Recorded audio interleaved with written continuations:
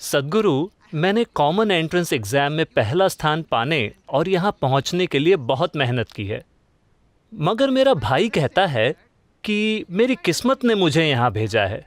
तो मैं यहाँ अपनी किस्मत की वजह से हूँ या अपनी मेहनत की वजह से? आपका भाई कहाँ पहुंचा है?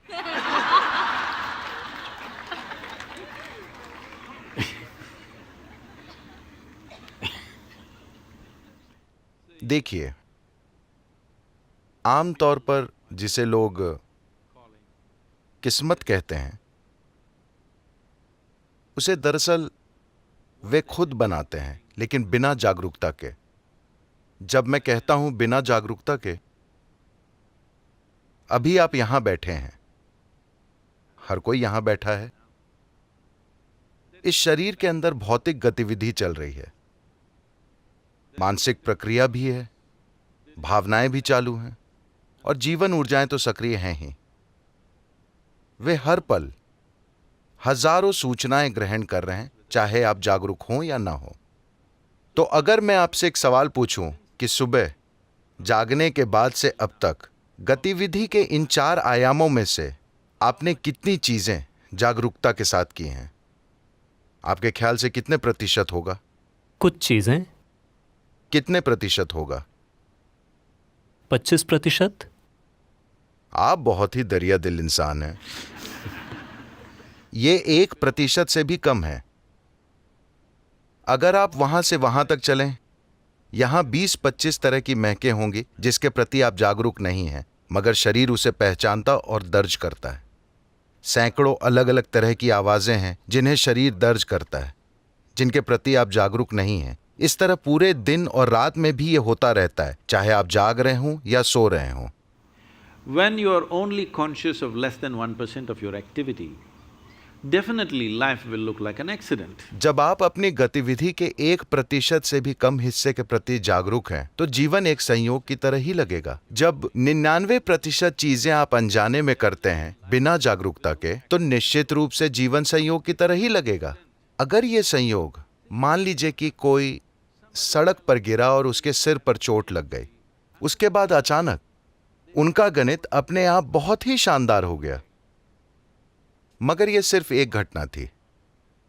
हजारों दूसरे लोग, उनका सर फूटने के बाद वे कभी ठीक नहीं हो पाए, या मर गए, या जो बच गए वे काफी बुरी हालत में जिए। तो संयोग से भाग्यशाली होना जीने का तरीका नहीं है। जब भी कोई सुखद संयोग होता है तो हम इसे किस्मत कह देते हैं। कुछ लोग ये भी कहते हैं कि भगवान मेरी मदद कर रहा है। आपने उनके साथ कब पार्टनरशिप कर ली, मुझे नहीं पता। तो मैं आपको एक कहानी सुनाऊं, चलेगा? एक बार शर्लॉक होम्स, आप शर्लॉक होम्स को जानते हैं? होम्स और वॉटसन कैंपिंग के लिए गए और सुबह सुबह 3:30 बजे शर्लॉक होम्स ने वॉटसन को हिलाया। उसने आंखें खोली, क्या हुआ? तुम्हें क्या दिख रहा है? मुझे साफ आसमान और सितारे दिख रहे हैं। बताओ इसका क्या मतलब है? वो बोला, इसका मतलब है कि कल बढ़िया धूप निकलेगी। तुम्हारे लिए इसका क्या मतलब है? इसका मतलब है कि किसी ने हमारा टेंट चुरा लिया है।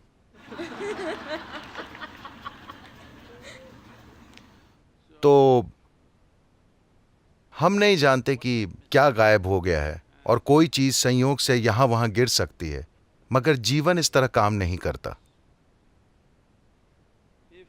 अगर कोई इंसान अपनी किस्मत खुद बनाने का जिम्मा अपने ऊपर नहीं लेता, तो उन्हें अब भी विकास से जुड़ी समस्या है।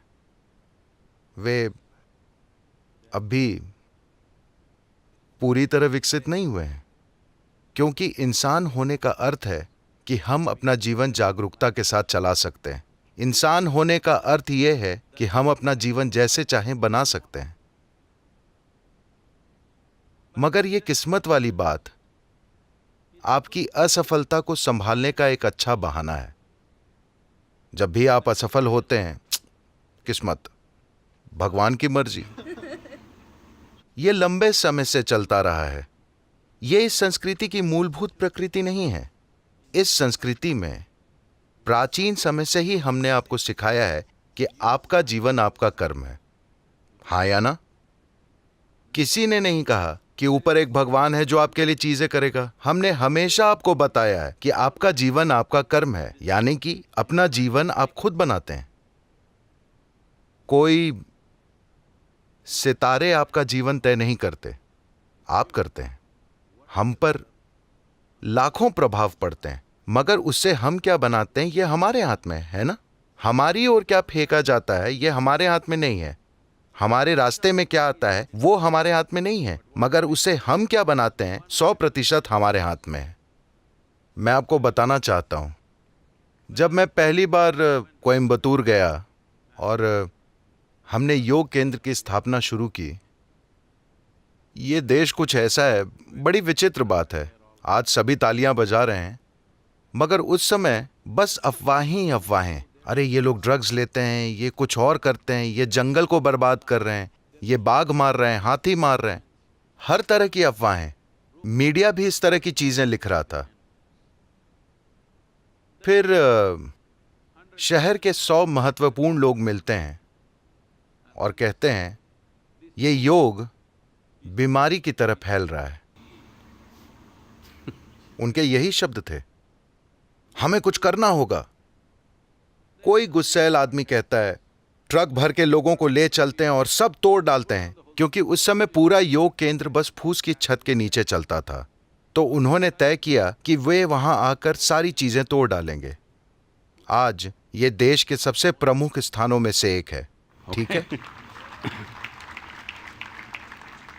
तो जब उन्होंने ऐसा कहा, एक बुजुर्ग व्यक्ति जो अब नहीं रहे, एक सयाने व्यक्ति, उन्होंने कहा तुम लोग नहीं जानते कि तुम किससे भिड़ रहे हो। मैं इस आदमी को जानता हूं। अगर तुम इस पर पत्थर फेंकोगे तो ये उन पत्थरों से भी कुछ बना लेगा। इस आदमी पर पत्थर मत फेंको।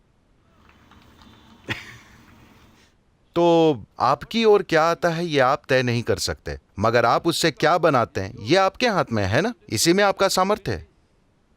यही आपको दिखाना है कि आप कौन हैं, क्योंकि आप ये तय नहीं कर सकते कि आपकी ओर क्या आएगा, मगर निश्चित तौर पर आप ये तय कर सकते हैं कि आप उससे क्या बनाएंगे।